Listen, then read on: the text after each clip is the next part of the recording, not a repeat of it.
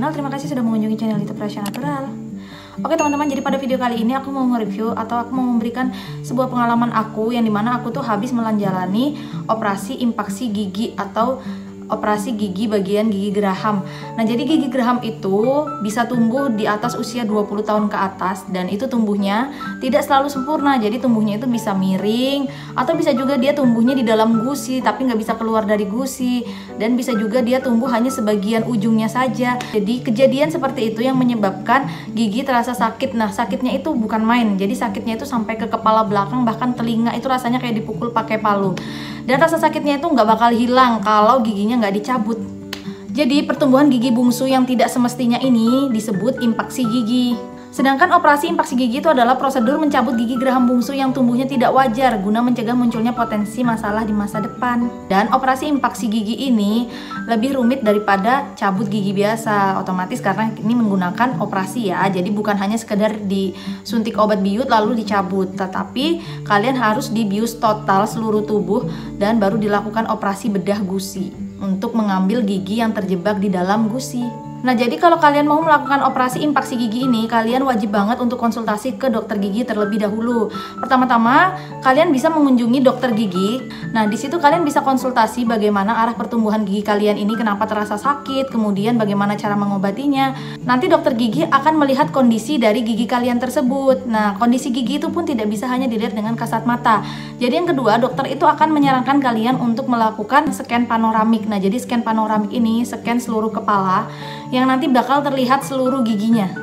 Nah, jadi scan panoramik itu seperti ini ya teman-teman. Ini tuh adalah scan dimana giginya itu bisa terlihat semua. Jadi apapun masalah yang ada di dalam gigi itu bisa kelihatan kayak gini nih. Kayak punya aku kasusnya kayak gini. Dia itu tumbuhnya miring, kemudian di atasnya, di bagian atasnya itu berlubang.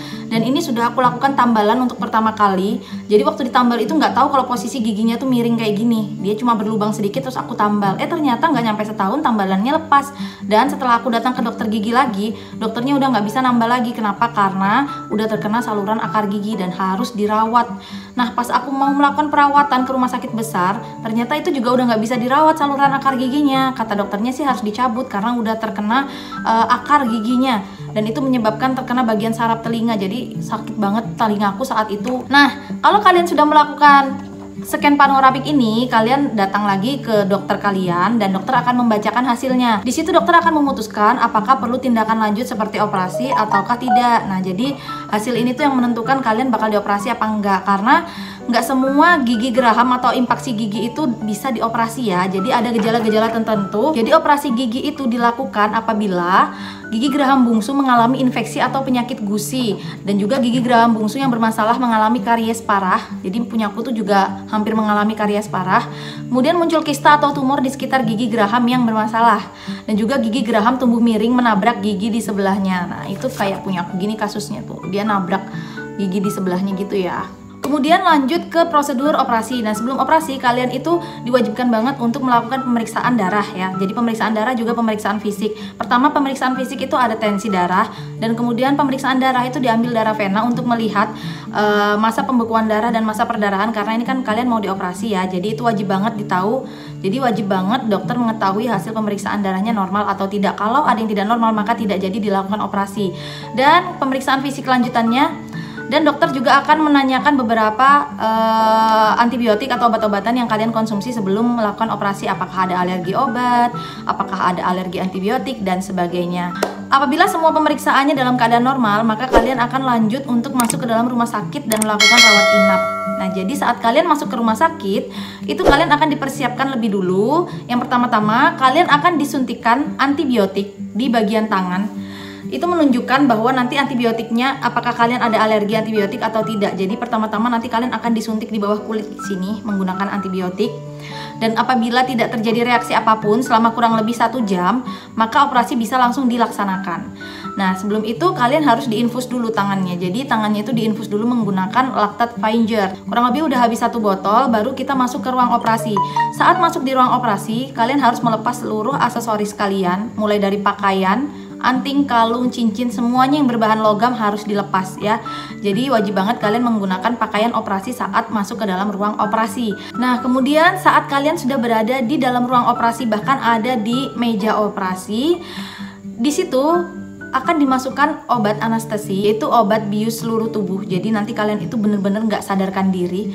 Itu memasukkan obatnya melalui infusan. Jadi begitu diinfus itu langsung hilang kesadarannya. Dan itu bener-bener cepet banget. Obatnya baru masuk itu kita udah gitu, udah teler gitu. Jadi udah nggak ingat apa-apa. Dan operasi dilakukan selama kurang lebih 2 jam. Aku 2 jam. Jadi aku yang dicabutkan ada 3 gigi ya teman-teman. Jadi operasiku itu ada di bagian gigi belakang aku.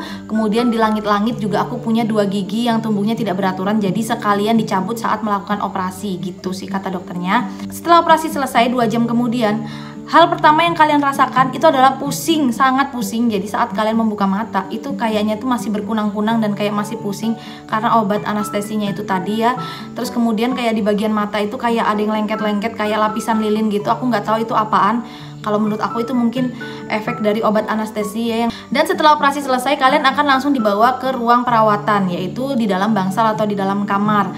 Nah di ruang perawatan kalian itu nggak boleh langsung makan. Jadi nanti akan dikasih diet cair seperti susu. Nah kalian boleh minum susu yang diberikan oleh rumah sakit tersebut. Nah hal pertama yang kalian rasakan setelah kalian berada di ruang perawatan itu adalah sakit tenggorokan teman-teman. Sakit tenggorokannya itu sakit banget. Nah jadi di situ tenggorokan aku terluka ternyata karena alat intubasi. Setelah aku bertanya dengan dokternya ya, kenapa aku kok mengalami radang, kenapa kok luka leher aku, dan ternyata itu adalah terkena alat intubasi yang menyebabkan luka dan radang. Jadi susah banget dong nelen. Bayangin aja itu gigi ada jahitan dan itu susah banget untuk ngunyah dan apalagi nelen. Jadi bener-bener kalian tuh yang nggak bisa makan gitu loh. Jadi bener-bener cuma minum susu aja. Dan setelah keesokan harinya kondisi sudah mulai membaik, kalian juga sudah disarankan untuk pulang. Nah, di sini aku mau kasih tahu ke kalian, jadi jahitannya itu bukan jahitan yang jadi daging, tapi jahitan yang bisa dilepas. Jadi ini tuh terasa banget benangnya,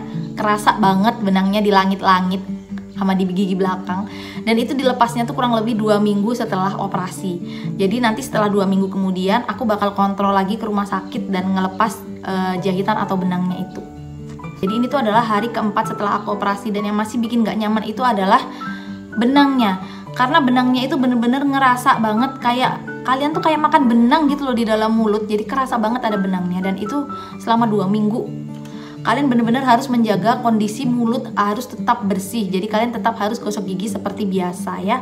Kemudian bekas cabutan gigi atau jahitan itu lumayan udah mulai menutup dan gusi udah kerasa banget lembut. Jadi udah lumayan aman, tapi untuk ngunyah masih agak susah karena masih ada radang. Radangnya ini kurang lebih 1 minggu kata dokter baru sembuh. Jadi emang sampai sekarang 4 hari ini aku belum bisa terlalu nelan apapun karena lumayan masih sakit. Jadi menurut aku operasi ini tuh berhasil ya teman-teman. Dan ini adalah pengalaman pribadi aku. Jadi selama operasi itu bener-bener gak ada rasa sakit sama sekali. Setelah operasi pun gak ada rasa sakit sama sekali. Yang aku rasakan sampai saat ini, aku cuma gak nyaman untuk nelan makanan aja. Dan keberadaan benangnya itu bener-bener bikin gak nyaman sama sekali. Itu aja sih.